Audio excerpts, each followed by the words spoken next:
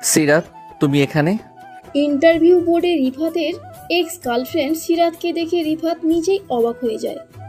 একটা ছোট্ট ভুল বোঝাবুঝির কারণে সিরাত আর রিফাতের সম্পর্ক নষ্ট হয়। সিরাত ও রিফাতকে এখানে আশা করেনি, তাই রিফাত সিরাতকে দেখে বলে ফেলল।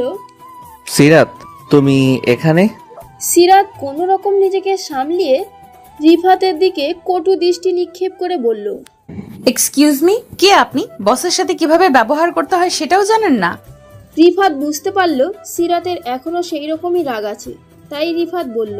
রিফাত একটু চুপ থেকে সোজা হয়ে দাঁড়ালো। তার চোখে মৃদু হাসি, তবে চোখের কোণায় জমে থাকা কষ্ট লুকানো যায় না। আচ্ছা ম্যাম, পেশাদারিত্ব বজায় রাখবো, কথা দিলাম। সিরাত মুখ ফিরিয়ে নিলেও তার ভেতরে যেন একটা ঝড় বয়ে গেল। এ ছেলে এখনো আগের মতোই নরম, সম্মান, জ্ঞান সম্পূর্ণ, কিন্তু পুরনো সেই বিশ্বাসঘাতকতা সেটা ভুলবে কিভাবে? আপনার ইন্টারভিউ টাইম 10 মিনিট পর, আপনি বাইরে অপেক্ষা করতে পারেন। রিফাত সম্মতি জানিয়ে বেরিয়ে গেল কক্ষ থেকে, কিন্তু বেরোনোর সময় চোখটা ঘুরিয়ে শেষবারের মতো সিরাতকে দেখে নিল। মনে মনে বলল, তুমি আমার বস? বাহ, ভালোই। 10 মিনিট পর ইন্টারভিউ বোর্ডে রিফাত চেয়ার টেনে বসলো। সামনের টেবিলে 3 জন সিনিয়র কর্মকর্তা আর মাঝখানে বসে আছে সিরাত। তার ঠোঁটে কঠোর এক হাসি, যেন বলতে চায়, তোমার জন্য আমি কোনো স্পেশাল ট্রিটমেন্ট করব না। মিস্টার রিফাত, আমরা আপনার সিভি দেখেছি, দারুণ প্রোফাইল। তবে আমাদের একটা প্রশ্ন, আপনি কি চাপের মধ্যে কাজ করতে পারেন? রিফাত চোখ সরাসরি সিরাতের দিকে রেখে উত্তর দিল, চাপ তো জীবনেই অনেক ছিল স্যার, এমনকি যখন প্রিয় মানুষটাই শত্রু মনে করে তখনও টিকে থাকার চেষ্টা করেছি। সিনিয়ররা হালকা হেসে ফেললেও সিরাতের মুখ শক্ত হয়ে গেল। সে স্পষ্ট বুঝল রিফাত ইঙ্গিতে কথা বলছে। তারপর সিরাত বলল, মিস্টার রিফাত, আমরা এখানে ইমোশনাল ড্রামা শুনতে বসিনি। আপনার প্রফেশনালিজম কতটুকু তা দেখাতে এসেছেন, so please maintain the decorum. Rifat মাথা নিচু করে বলল, সরি ম্যাম, আপনি চিন্তা করবেন না, আমি এখন পুরোপুরি প্রফেশনাল। ব্যক্তিগত অনুভূতির জন্য অফিসকে কখনো বিরক্ত করিনি, করব না। সিরাত কিছুক্ষণ চুপ থেকে কাগজে চোখ রাখলো, এরপর একটা প্রশ্ন ছুড়ে দিল, ধরুন আপনার বস ভুল করছেন, আপনি কি তাকে সংশোধন করবেন নাকি চুপ করে থাকবেন? রিফাত হেসে বলল, ভুল যেই করুক, দায়িত্বশীল কর্মী হিসেবে আমি সেটা বুঝিয়ে দেব, কিন্তু সম্মান বজায় রেখে। কারণ ভুলের জন্য কাউকে ছোট করা নয়, সহযোগিতা করাই একজন প্রকৃত সহকর্মীর পরিচয়। এই কথায় বোর্ড মুগ্ধ হলেও সিরাতের চোখে অন্যরকম এক ঝিলিক। সে বোঝে রিফাত অনেক বদলে গেছে। ইন্টারভিউ শেষে রিফাত বাইরে বের হতে যাবে, এমন সময় পিছন থেকে সিরাত ঠান্ডা গলায় বলল, মিস্টার রিফাত, আপনার সাথে কিছু কথা বলার আছে আমার। 5 মিনিট সময় দিতে পারবেন? রিফাত ঘুরে দাঁড়িয়ে হালকা হেসে বলল, জি ম্যাম, আপনার নির্দেশ, সময় তো দিতেই হবে। তারপর সিরাত রিফাতকে তার রুমে নিয়ে গেল। সিরাত বলল, তুমি এখানে কেন আসছো? রিফাত চুপচাপ কিছুক্ষণ দাঁড়িয়ে রইল, তারপর ধীরে ধীরে বলল, তোমার সামনে দাঁড়ানোর ইচ্ছে আমারও ছিল না, কিন্তু জীবন কখন কোথায় কার মুখোমুখি করে দেয় সেটা আমাদের হাতে থাকে না। চাকরিটা দরকার ছিল, তাই এসেছি। তবে হ্যাঁ, জানতাম না তুমি এই অফিসের বস। সিরাত ঠোঁট কামড়ে রাগ সামলানোর চেষ্টা করলো, তার ভিতরে যেন আগুন জ্বলছে। তুমি কি ভেবেছিলে পুরোনো একটা মুখ দেখলে আমি দুর্বল হয়ে পড়ব? ভুল করছো রিফাত, আমি এখন অনেক শক্ত। জানি, তোমাকে দেখে বুঝতে পারছি। আর দুর্বল? হ্যাঁ, তুমি তো কখনোই দুর্বল ছিলে না সিরাত, আমি ছিলাম, এখনো হয়তো আছি। সিরাত চোখ সরিয়ে জানালার দিকে তাকালো। বাহিরে ঝকঝকে রোদের আলো, অথচ তার ভিতরে ধোঁয়াশা। তোমার সাহস তো কম না, আমাকে ঠকিয়ে মিথ্যা অপবাদ দিয়ে আজ আবার এসে বলছো তুমি দুর্বল। আমি কখনো তোমায় ঠকাইনি সিরাত। যে ঘটনাটা আমাদের আলাদা করেছিল সেটা একটা ভুল বোঝাবুঝি ছিল। আমি সেই সময় প্রমাণ দিতে পারিনি, তবে বিশ্বাস করো, আমি তোমার বিশ্বাসের যোগ্য ছিলাম, এখনো আছি। সিরাত ধীরে রিফাতের দিকে ফিরে তাকালো, চোখে জল টলমল করলেও মুখে কঠোরতা বজায় রাখলো। বিশ্বাস? হাহ, সেই শব্দটা এত সহজ, একবার ভাঙলে তার আগের মতো হয় রিফাত? না, হয় না, কিন্তু আমি চাই তুমি অন্তত জানো সত্যিটা কি ছিল। তোমার মনে যদি এক বিন্দু জায়গাও থাকে আমার জন্য, তাহলে শুনবে। কিছুক্ষণ নীরবতা, তারপর সিরাত ধীরে মাথা নেড়ে বলল। না, আমি আর কিছুই শুনতে চাই না। রিফাত আর কিছু বলতে পারল না। রিফাতের চাকরিটা হয়ে গেছে। বাসায় এসে সবাই অনেক খুশি হলেন। রুমে শুয়ে আছে রিফাত। হঠাৎ ফোনে টুং করে আওয়াজ করে মেসেঞ্জারে মেসেজ আসলো। স্ক্রিন অন করতেই রিফাত অবাক হয়ে যায়, কারণ সেই চিরচেনা সিরাতের আইডি থেকে SMS আসছে। সিরাত তো ব্লক করে রাখছিল, তাহলে খুললো কবে? SMS এ লেখা, ব্লগ খুলছে বলে ভেবো না গলে গেছি। তুমি আমার অফিসে জয়েন করেছো মানে কাল থেকে বোঝা যাবে এই সিরাত কিরকম মেয়ে। আমার সাথে বিশ্বাসঘাতকতার মজা বোঝাবো। Best of luck. বলেই সিরাত অফলাইনে চলে গেল। রিফাতের মনে অনেক ভয় কাজ করতে শুরু করলো।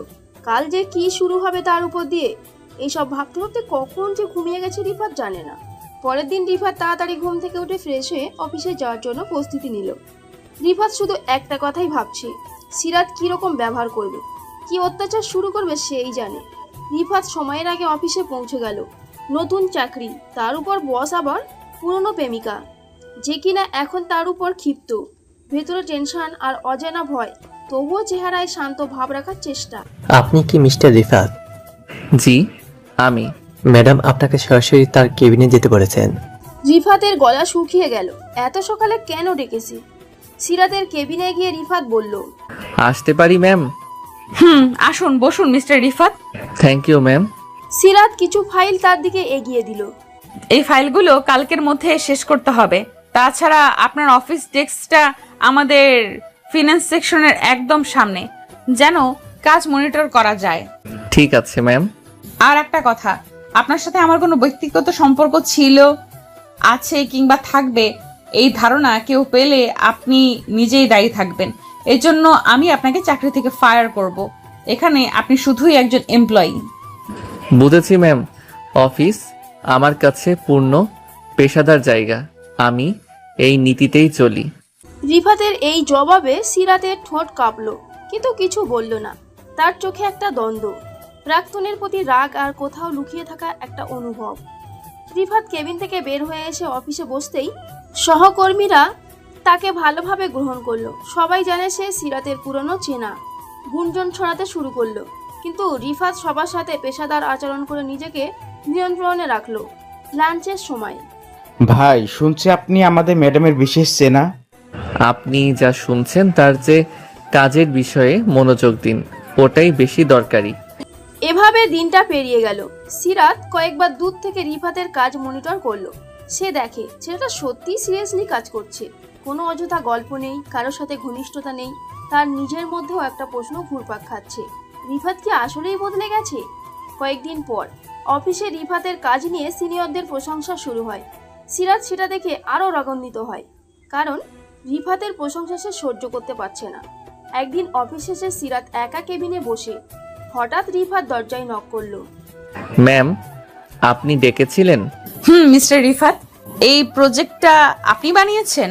এত ভুলে ভরা, এটা কি স্কুলের হোমওয়ার্ক ভেবেছেন? আমি ঠিক করে দিচ্ছি ম্যাম। দয়া করে ঠিক করার আগে শিখে নিন, কর্মক্ষেত্রে আবেগ নয়, অ্যাকুরেসি দরকার। সবার সামনে এমনভাবে কথা বলায় সহকর্মীরা চোখাচোখি করতে থাকে, কিন্তু কেউ কিছু বলে না। রিফাত মুখ নিচু করে বেরিয়ে যায় কেবিনে। পরের দিন ক্লায়েন্ট প্রজেক্টে ছোট্ট একটা ভুল হয়। সিরাত সবার সামনে কঠিন ভাষায় বলে, মিস্টার রিফাত, আপনি যদি কাজ না বুঝে থাকেন তাহলে বলে দিন, আমি আরেকজন অ্যাসাইন করব। এখানে শেখানোর সময় নেই। ধন্যবাদ ম্যাম, আমি আবার যাচাই করি নেই। একদিন সিরাত সবাইকে অফিসের শেষে যেতে বলে, কিন্তু রিফাতকে ডেকে রাখে। নিঃসঙ্গ অফিস রুমে কাজের অজুহাতে সিরাত বলে ওঠে, তুমি কি এখনো মনে করো তুমি খুব ভালো ছিলে? বিশ্বাসঘাতকতা করে কেউ ভালো হতে পারে? সত্যিটা জানলে তুমি এসব বলতে না সিরাত। কিন্তু ঠিক আছে, তুমি বস, আমি কর্মী, কথাগুলো শুনে যাওয়া আমার দায়িত্ব। তোমার দায়িত্ব ছিল আমার পাশে দাঁড়ানো, সেটা তুমি করোনি। এইভাবে সিরাত যতই পেশাদারির ছলে অপমান করে, ততই রিফাত শান্ত থাকে। কিন্তু তার প্রতিটা উত্তর সিরাতকে আরও অস্থির করে তোলে। সে বুঝতে পারে রিফাত পাল্টে গেছে, তার ভিতর এখনো ভালোবাসা আছে, কিন্তু সেটা সম্মান আর নীরবতার মাঝে। রাতে রিফাত শুয়ে আছে। রিফাতের হাতে একটা ছোট্ট চিঠি। চিঠিটা বের করে হঠাৎ মনে হলো 3 বছর আগে রিফাত আর সিরাতের সেই প্রথম দেখা। 3 বছর আগে রিফাতের মনে পড়লো সেই দিনটার কথা, যখন প্রথমবার সিরাতের সাথে তার দেখা হয়েছিল ঢাকা বিশ্ববিদ্যালয়ে এপ্রিল মাসের শেষ সপ্তাহে। আকাশ যেন গোসা করেছে কারোর উপর। হঠাৎ বৃষ্টি নামলো, একেবারে বজ্রসহ ঝরঝরে বৃষ্টি। আকাশ কালো হয়ে এসেছে। রাস্তায় মানুষ দৌড়াচ্ছে, কেউ ছাতা খুঁজছে, কেউ আশ্রয়। লাইব্রেরির সামনে এক গাদা ছাত্রছাত্রী বৃষ্টির হাত থেকে বাঁচতে দাঁড়িয়ে আছে। কেউ ভিজছে, কেউ বইয়ের ব্যাগ দিয়ে মাথা ঢাকছে। তাদেরই মাঝে দাঁড়িয়ে আছে একটি মেয়ে, সিরাত। চশমার কাছে বৃষ্টির ফোঁটা জমেছে। হাতে 3-4টে ভারী রেফারেন্সের বই। এক হাতে ঠেকিয়ে রাখছে যেন না পড়ে যায়। মুখে অস্থিরতা, চোখে অস্বস্তি। সে কিছুটা অদ্ভুতভাবে খুঁজছে আশ্রয়। তখনই সামনে দিয়ে হেঁটে যাচ্ছিল রিফাত। ছেলেটি ইংরেজি বিভাগের মাস্টার্সের ছাত্র। উচ্চতা মাঝারি, গায়ের রং উজ্জ্বল শ্যামলা, কাঁধে ব্যাগ ঝোলানো, এক হাতে ছাতা ধরে ধীরে হেঁটে যাচ্ছিল লাইব্রেরির দিকে। হঠাৎ চোখে পড়ে মেয়েটাকে, অসহায়ভাবে দাঁড়িয়ে, ভেজা চুল আর বইয়ের উপর বৃষ্টির বিন্দু ঝরে পড়েছে। তারপর রিফাত এগিয়ে গেল। রিফাত ছাতা বাড়িয়ে বলল, এই নিন, বইগুলো নষ্ট হয়ে যাবে। সিরাত চমকে তাকায়। হঠাৎ কেউ এভাবে এগিয়ে এসে তাকে সাহায্য করবে ভাবে। আপনার ছাতা দিলে আপনিই ভিজে যাবেন। সমস্যা নেই, আমার জ্যাকেট আছে, আর ছেলে মানুষ, ভিজলেও ঠান্ডা লাগবে না। সিরাত একটু ইতস্তত করে তারপর ছাতার নিচে আসে। তারা পাশাপাশি দাঁড়ায়। বৃষ্টি ততক্ষণে আরো জোরে নামছে। পেছনের গাছের ডাল থেকে টুপটাপ পানি পড়ে যাচ্ছে তাদের পাশে। তবুও ধন্যবাদ, আপনি না আসলে বইগুলো আর রক্ষা হতো না। বই ভালোবাসলে বইও ভালোবাসে। একটা হাসি ফুটে ওঠে সিরাতের ঠোঁটে। শীতল হাওয়ার মাঝে অদ্ভুত উষ্ণতা। কিন্তু ছাতাটা ফেরত দেব কি করে? আবার যদি কখনো দেখা হয় তখন দিয়ে দিয়েন। একটা মুহূর্তে থেমে থাকে সময়। দুজনই বুঝে ওঠে না, কিন্তু কিছু একটা বদলেছে, অচেনা অথচ আপন। আপনার নামটা জানতে পারি? রিফাত। আর আপনি? সিরাত। খুব সুন্দর নাম। Thank you. বৃষ্টি একটু কমে এসেছে। রিফাত ছাতাটা বাড়িয়ে দেয় সিরাতের হাতে। নিন, আপনি নিয়ে যান, আমি তো খালি হাতে অভ্যস্ত। আবার যদি দেখা হয়? তখন শুধু ছাতা না, চা খাওয়ার দাবিও থাকবে। সিরাত একটু হেসে মাথা নাড়ে। তারপর ধীরে ধীরে হাঁটা দেয় লাইব্রেরির দিকে। রিফাত দাঁড়িয়ে থাকে, বৃষ্টিতে হালকা ভিজে, চুল ভেজা, জামার হাতা স্যাঁতসেঁতে, কিন্তু তার মুখে একটা হাসি, অজানা আনন্দে ভরা। মনে হয় আজকের দিনটা কেমন যেন বদলে দিয়েছে কিছু। তারপর রিফাত ভিজে বাসায় চলে আসে, ভাবতে থাকে সিরাতের কথা। এরপর কেটে যায় 1 সপ্তাহ। এপ্রিলের শেষ দিন পেরিয়ে মে শুরু হয়। গরমে হাঁসফাঁস করছে শহর, কিন্তু রিফাতের মনে এখনো আটকে আছে সেই বর্ষার বিকেল। লাইব্রেরির সামনে ভেজা চুলের এক মেয়ে সিরাত। ছাতাটাও ফেরত আসেনি। আসবে কিনা সেটা রিফাত জানে না, তবে সে আশা আছে, কারণ ওই এক মুহূর্তেই যেন একটা অদ্ভুত সংযোগ তৈরি হয়ে গিয়েছিল, যেটা না বুঝে ভুলে যাওয়া যায় না।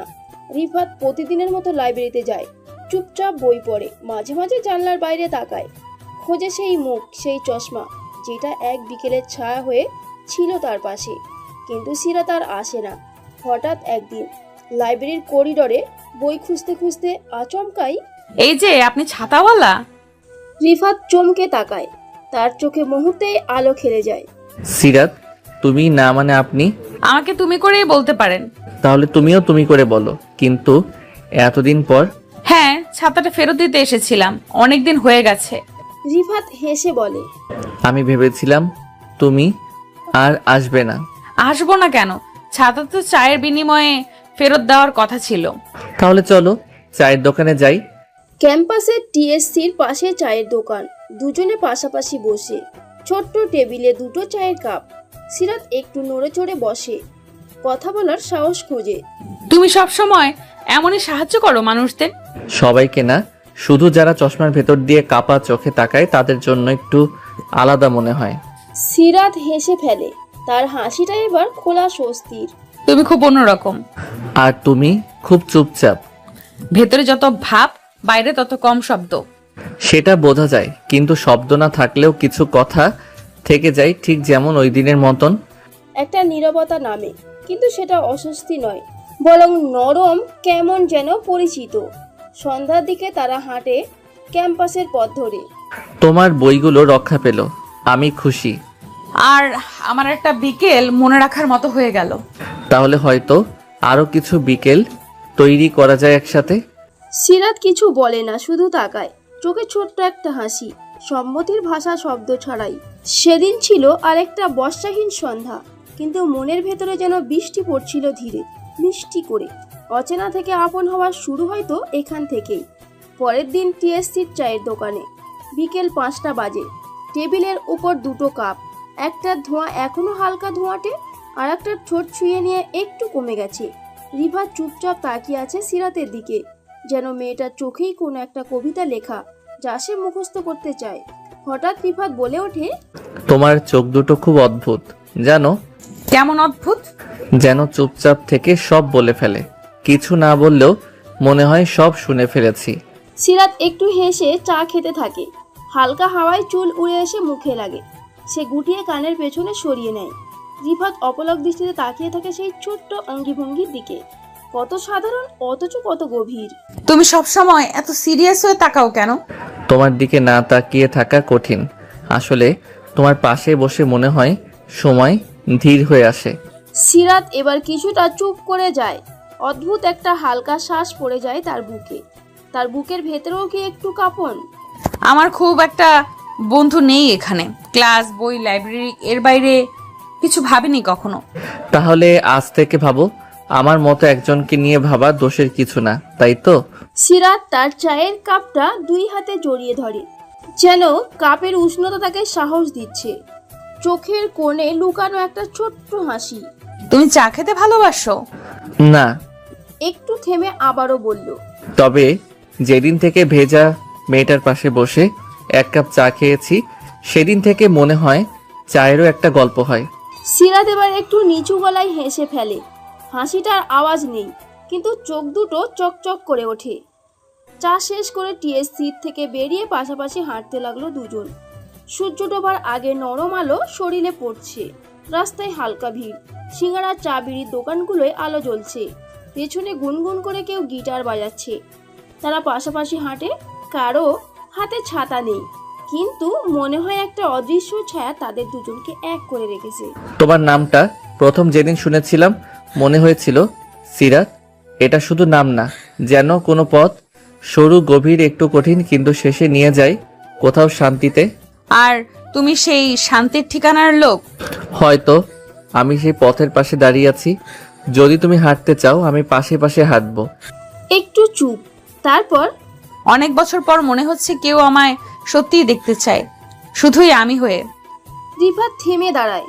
তার চোখে একদম স্পষ্ট করে দেখা যায় কোনো খেলা নয়, কোনো চটুলতা নয়, বরং এক ধরনের গভীর শ্রদ্ধা। তোমাকে দেখা যায় শুধু বাইরের চশমা আর বইয়ের পেছনে থেকে না, তোমার ভিতরের কষ্ট, তোমার নিঃশব্দ লড়াই, তোমার ভালোবাসা, সবকিছু। সিরাত তাকিয়ে থাকে ছেলেটার দিকে। তার ঠোঁট কাঁপে, চোখ ঝাপসা হয়। হঠাৎ কি একটা বলতে গিয়েও থেমে যায়। তারপর ধীরে ধীরে মাথা হেঁট করে বলে, আমার ভয় করে আবার কষ্ট না পাই। রিফাত এক ধাপ এগিয়ে আসে, খুব সাবধানে, যেন তার ছোঁয়া যেন সিরাতের ব্যথার উপর না পড়ে। ভয় করলে পাশে দাঁড়াই কেউ, আমি থাকবো। কষ্ট এলে আমার কাঁধে মাথা রাখবে। একটা নীরবতা নামে, কিন্তু এবার সেটা হৃদয়ের ভাষা হয়ে দাঁড়ায়। সেই দিনের শেষ আলোয় দুজন মানুষ কিছু না বলেও অজস্র কথা বলে ফেলল। ছাতার নিচেই সেই প্রথম দিনটা আজ রূপ নিচ্ছে এক রঙিন বিকেলে, যেখানে চায়ের ধোঁয়ার সাথে মিলেমিশে যাচ্ছে হৃদয়ের উষ্ণতা। ক্যাম্পাসের ঘুলিখুপটি পেরিয়ে একটা নিরিবিলি পথ। সন্ধ্যা নেমেছে, গাছের পাতায় সোনালি আলো গলে পড়ছে। টিএসসির চায়ের দোকান ছেড়ে তারা হাঁটছে পাশাপাশি। কেউ কিছু বলছে না, কিন্তু এই চুপচাপ হাঁটার ভেতরেই যেন অদ্ভুত এক ঘনিষ্ঠতা জমে উঠেছে। হঠাৎ রিফাত বলে উঠল, তুমি জানো, কখনো কখনো একটা বিকেল পুরো জীবন বদলে দিতে পারে। তোমার কথাগুলো সবসময় কবিতার মতো লাগে। তুমি তো নিজের কথাও কবিতা করো, শুধু বোঝো না। সিরাত কিছু বলে না। তার চোখে জল জমে, ঠিক যেমন জমে গভীর শান্তি। কেউ যেন সত্যিই বুঝছে তাকে এতদিন পর। এই ভিড়ের শহরে। রিফাত হঠাৎ থেমে যায়, তার মুখে সেই গাঢ় নরম হাসি। তোমার চুলে এখনো সেই দিনের বৃষ্টির গন্ধ লেগে আছে মনে হয়। কি? যেদিন প্রথম দেখেছিলাম, ভেজা চুল আর কাচের চশমায় জমে থাকা ফোঁটা, সেই দৃশ্যটা এখনো চোখে ভাসে। জানো কেন? কেন? কারণ ওই প্রথম দেখাতেই আমি আটকে গিয়েছিলাম। সিরাতের গাল রাঙা হয়ে ওঠে, বুকের ভেতর যেন কিছুটা কেঁপে ওঠে, সারা শরীর শিহরণ ছড়িয়ে পড়ে। সে কিছু বলতে গিয়েও মুখ নিচু করে নেয়। রিফাত ধীরে ধীরে সিরাতের দিকে এগিয়ে আসে, তারপর বলে, আমি জানি তুমি ভয় পাও, আবার ভাঙার ভয়, আবার হারিয়ে ফেলার ভয়, কিন্তু আমি প্রতিশ্রুতি দিতে চাই না সিরাত, আমি অনুভব দিতে চাই। সিরাত ধীরে তাকায় তার চোখে। সেই চোখে ছিল সত্য, ভরসা আর অদ্ভুত এক সাহস। আমি কষ্ট থেকে পালিয়েছি অনেক অনেক দূরে, কারো কাছে নিজের অনুভব খুলে ধরতে সাহস পাইনি কখনো। তাহলে এবার একটু সাহস করো। আস্তে হাতে হাত ধরে আবারও বলল, এই হাত ধরো, আমরা একসাথে পালাবো না, একসাথে দাঁড়াবো। সিরাতের চোখে টলমল জল। সে ধীরে নিজের হাতটা রাখে রিফাতের হাতে। রিফাত খুব আলতোভাবে ধরেন, যেন ভেঙে না যায়, ঠিক যেমন বুকের ভেতর কেউ কাউকে ধরতে চায় যত্নে নিঃশব্দে। চারপাশে যেন কোনো শব্দ নেই, কেবল বাতাসের নরম ছোঁয়া, বাতাস ছড়ার ধ্বনি আর দুজন হৃদয়ের শব্দহীন কথোপকথন। বটতলার পাশে বসে আছে তারা। রিফাত একটা পুরনো বেঞ্চে বসে, সিরাত পাশে। সন্ধ্যার অন্ধকার নেমে এসেছে, বাতিগুলো একে একে জ্বলছে। আশেপাশে কিছু ছাত্রছাত্রী, কিন্তু তারা যেন অদৃশ্য হয়ে গেছে রিফাত সিরাতের জন্য। আজ আমার মা বাবার কথা খুব মনে পড়ছে। ছোটবেলায় তারা আমার জন্য ছাতা ধরে রাখতেন, আমি দৌড়ে যেতাম স্কুলে। তুমি ছাতা ধরলে মনে হলো আবার কেউ আমার মাথার উপর আকাশ ধরে রেখেছে। আমি কোনোদিনই পুরো আকাশ হতে পারবো না, তবে যদি চাও তোমার মেঘলা দিনে ছাতা হয়ে পাশে দাঁড়াবো। সিরাত হঠাৎ ঝুঁকে পড়ে, তার মাথাটা রিফাতের কাঁধে এসে ঠেকে। নিঃশব্দ, ভারহীন কিন্তু গভীর। সেই স্পর্শে রিফাত শীতল হয়ে যায়, আবার উষ্ণতায় ভরে ওঠে। সে মুহূর্তে আকাশ থেকে বৃষ্টি নামে না, কিন্তু দুজনের ভেতর এক ধরনের বৃষ্টি পড়ে, অদৃশ্য কোমল অনুভব ভেজা। রিফাত আর নড়ে না, যেন পুরো পৃথিবী থেমে গেছে এই একটুকু সময়ের জন্য। রাত নেমে এসেছে, ক্যাম্পাস ধীরে ফাঁকা হতে শুরু করেছে। দুজনেই হাঁটছে গেটের দিকে। হঠাৎ সিরাত বলে উঠল, আজকের রাতটা মনে থাকবে। তবে মনে রাখো, আজ ছিল শুধু শুরু। কাল যদি বৃষ্টি নামে, আমি অপেক্ষায় থাকবো, একটা ছাতা নিয়ে আর বুক ভরে ভালোবাসা নিয়ে। সিরাতের চোখে জল টলমল করছে। সিরাত বলে উঠল, তুমি এমন কেন? তুমি যেমন চেয়েছিলে ঠিক তেমন, একদম তোমার মনের মতো। সিরাত হঠাৎ খুব সাহস করে রিফাতের গালে হালকা একটা চুমু খেয়ে ফেলে, তারপর চমকে উঠে সরে যায়। লজ্জায় লাল হয়ে যায় মুখ। আই এম সরি, আমি না, থ্যাংক ইউ। এভাবেই এক বিকেলে ছায়া গড়ার গভীর রাতে একটি স্পষ্ট, একটি চুমা, একটি মুহূর্ত, সবকিছু একত্রে বলে দেয় এই ভালোবাসা গড়ে উঠেছে ধীরে গভীরে। অন্ধকারের মাঝেও তাদের ভালোবাসার আলোর রেখা ফুটে উঠেছে। পরের দিন বিশ্ববিদ্যালয়ের কনক্লেভার হলের পেছনে নিরিবিলি কর্নারে সিরাত এসে দাঁড়িয়েছে, দেয়ালে হেলান দিয়ে, এক হাতে ফোন, অন্য হাতে ছায়া। একটু চিন্তিত, একটু কুণ্ঠিত। আজ রিফাত ডেকেছে খুব গুরুত্ব দিয়ে, আর সেটা সিরাতের বুক ধুকপুক করা বাড়িয়ে দিয়েছে কয়েক গুণ। পেছন থেকে রিফাত এসে দাঁড়ায়। হঠাৎ রিফাত বলে উঠল, অনেকক্ষণ অপেক্ষা করলে। আসতে একটু দেরি হলো, মনে হচ্ছিল তুমি কিছু বলবে, তাই একটু নার্ভাস লাগছে। রিফাত কিছুক্ষণ চুপ করে তাকিয়ে থাকে মেয়েটার চোখের দিকে। আজ আর সে কথা গুছিয়ে সাজায় না, আজ হৃদয় নিজেই ভাষা খুঁজে নেয়। রিফাত বলে উঠল, সিরাত, আমি খুব সহজ একটা কথা বলতে চাই, কিন্তু এই সহজ কথাটার জন্যই আমি অনেক রাত ঘুমাতে পারিনি। বলো। যেদিন তোমাকে প্রথম দেখেছিলাম, ভেজা চুলে, বই কোলে, আমি তখনই বুঝেছিলাম তুমি সবার মতো নও। তোমার মধ্যে ছিল এক ধরনের নীরব সৌন্দর্য, যেটা চোখে পড়ে না, হৃদয়ে লাগে। সিরাত চুপচাপ শুনছে, চোখের কুয়াশার মতো পানি জমতে শুরু করেছে। সিরাত ছোট্ট করে বলে উঠল, রিফাত। রিফাত আরো এগিয়ে আসে আর বলে, আমরা খুব বেশি দিন পরিচিত নই, কিন্তু এই অল্প সময়েই তুমি আমার জীবনে এমনভাবে ঢুকে গেছো যে আমি আর নিজেকে আলাদা কল্পনাও করতে পারি না। একটু থেমে গভীর গলায় আবারও বলল। আমি তোমাকে ভালোবাসি সিরাত, সত্যি ভালোবাসি। হঠাৎ যেন সময় থেমে যায়, বাতাসও স্তব্ধ হয়ে দাঁড়ায়। এক মুহূর্তের জন্য পাখিরাও গানের লাইন ভুলে যায়। সিরাত তাকিয়ে থাকে রিফাতের চোখে। সেই চোখে কোনো লুকানো খেলা নেই, কোনো হিসেব নেই, শুধু একরাশ অপেক্ষা। সিরাত চোখে জল টলমল করছে। সিরাত বলে উঠল, তুমি জানো এই কথাটা আমি কতবার কল্পনা করেছি। কেউ বলবে, কেউ এভাবে বলবে, কেউ এমন চোখে তাকাবে, আর যখন সেটা তুমি বললে আমি বুঝলাম আমি সেই প্রথম দিন থেকেই ভালোবেসে ফেলেছিলাম। তুমি? সিরাত চোখের জল মুছতে মুছতে বলল, হ্যাঁ রিফাত, আমিও তোমাকে ভালোবাসি, ভীষণ ভালোবাসি। রিফাত ধীরে হাত বাড়িয়ে দেয়। সিরাত এগিয়ে এসে আলতোভাবে সেই হাত ধরে। এবার আর ভয় নেই, সংশয় নেই, শুধু নিশ্চিত এক মায়াবী বন্ধন। রিফাত সিরাতকে আলতোভাবে জড়িয়ে ধরে। এই স্পর্শে নেই কোনো অশ্লীলতা, আছে শুধু ভালোবাসা। 2 দিন পর লাইব্রেরির সামনে, যেখানে তাদের প্রথম দেখা হয়েছিল। আজ বৃষ্টি নেই, আকাশ আজ স্বচ্ছ, রোদ হালকা, কিন্তু দুজনের হৃদয়ে চলছে রংধনুর খেলা। হঠাৎ রিফাত বলে উঠল, তোমার মনে আছে এখানে প্রথম ছাতাটা দিয়েছিলাম? হ্যাঁ, আজ আমি চাই সেই ছাতার নিচে সারা জীবন থাকি। রিফাত সিরাতের কানে ফিসফিস করে বলল, সেই ছাতার নিচে চা খাবো, গল্প করব, ঝগড়া করব, কিন্তু পাশে থাকবো। পাশে থাকাটাই সবচেয়ে বড় ভালোবাসা। কিছুক্ষণ চুপ থাকার পর রিফাত বলে উঠল, সিরাত, আমি বইমেলায় যাব, তুমি যাবে? অবশ্যই, চলো। তারা দুজন হাঁটতে হাঁটতে বইমেলা প্রাঙ্গণে চলে আসে। সন্ধ্যার আলো, ভিড়ের মাঝখানে রিফাত এক হাতে সিরাতের হাত ধরে রেখেছে, আর অন্য হাতে ব্যাগ ভর্তি বই। চারপাশে ভিড়, আলো ঝলমলে, কিন্তু তার চোখ শুধু সিরাতকেই আটকায়। রিফাত বলল, আজ তোমাকে না আনলে আমার বইমেলা অসম্পূর্ণ থেকে যেত। তুমি ছাড়া সবকিছু ফাঁকা লাগে। তুমি না থাকলে আমি তো মেলাই চিনতাম না। এটা আসলে তোমার জগৎ, আমি অতিথি। তুমি অতিথি না সিরাত, তুমি এখন আমার জগতের কেন্দ্র। আমি বই পড়ি, কবিতা লিখি, বৃষ্টিতে ভিজি, সবই তোমাকে ভাবতে ভাবতে। সিরাত একটু থেমে তাকায়, চোখে লাজ আর ভালোবাসা একসাথে খেলে। তুমি কি কখনো ভেবেছো আমরা এমন করে জীবনটা একসাথে কাটাবো? প্রতিদিন ভাবি, ভোরবেলা উঠে তোমাকে দেখি, চায়ের কাপ হাতে তোমার মুখোমুখি বসি, সন্ধেবেলা ঝগড়া করি, কোনো সিরিজ দেখবো সেটা নিয়ে, তারপর রাতের শেষ গল্পটা বলি তোমার কানে ফিস ফিস করে।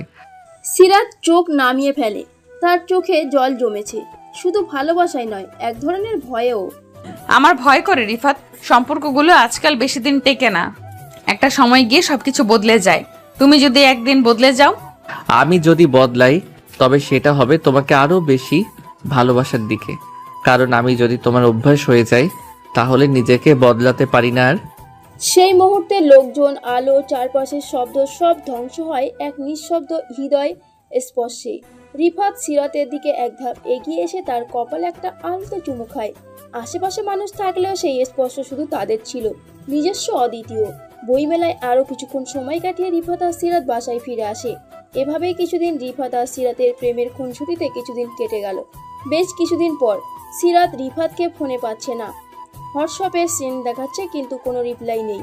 সে ভেতরে ভেতরে কাঁপছে, মন খারাপ করছে, সন্দেহ ঢুকে যাচ্ছে মাথায়। অন্যদিকে রিফাত একটা ওয়ার্কশপে স্পিকার হয়ে গিয়েছে। ফোন সাইলেন্ট, চোখ বন্ধ।